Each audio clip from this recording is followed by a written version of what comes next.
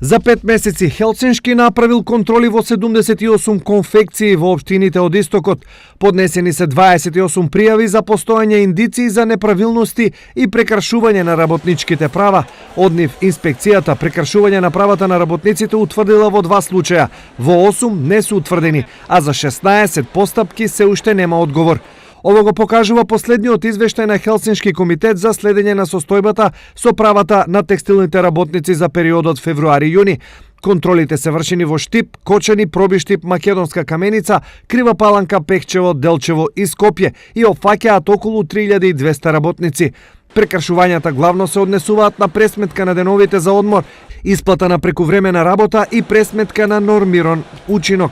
Токму состојбите во текстилството, но и во други стопански дејности се причина за иницирање на промени во Законот за работни односи, но детали околу неговото донесување не се соопштуваат. На оваа тема во интервју за Макфакс зборуваше и министерката Царовска, но без конкретни детали. Да, ние спремаме нов закон, веќе работодавачите, синдикатите и министерството, Издружение на граѓани ја направија првата верзија од законот. Се уште се усогласува затоа што тоа е трипартитен диалог кој што мора да се случува пред да се пушти. Да откриете еве во дел од клучните измени, да речеме.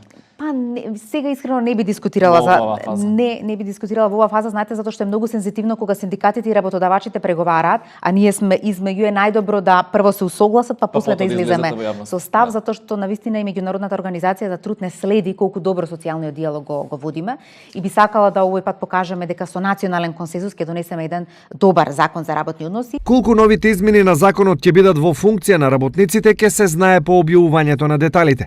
Инаку, од Министерството е најавена и широка дебата за истиот, кој ќе трае околу 4 месеци.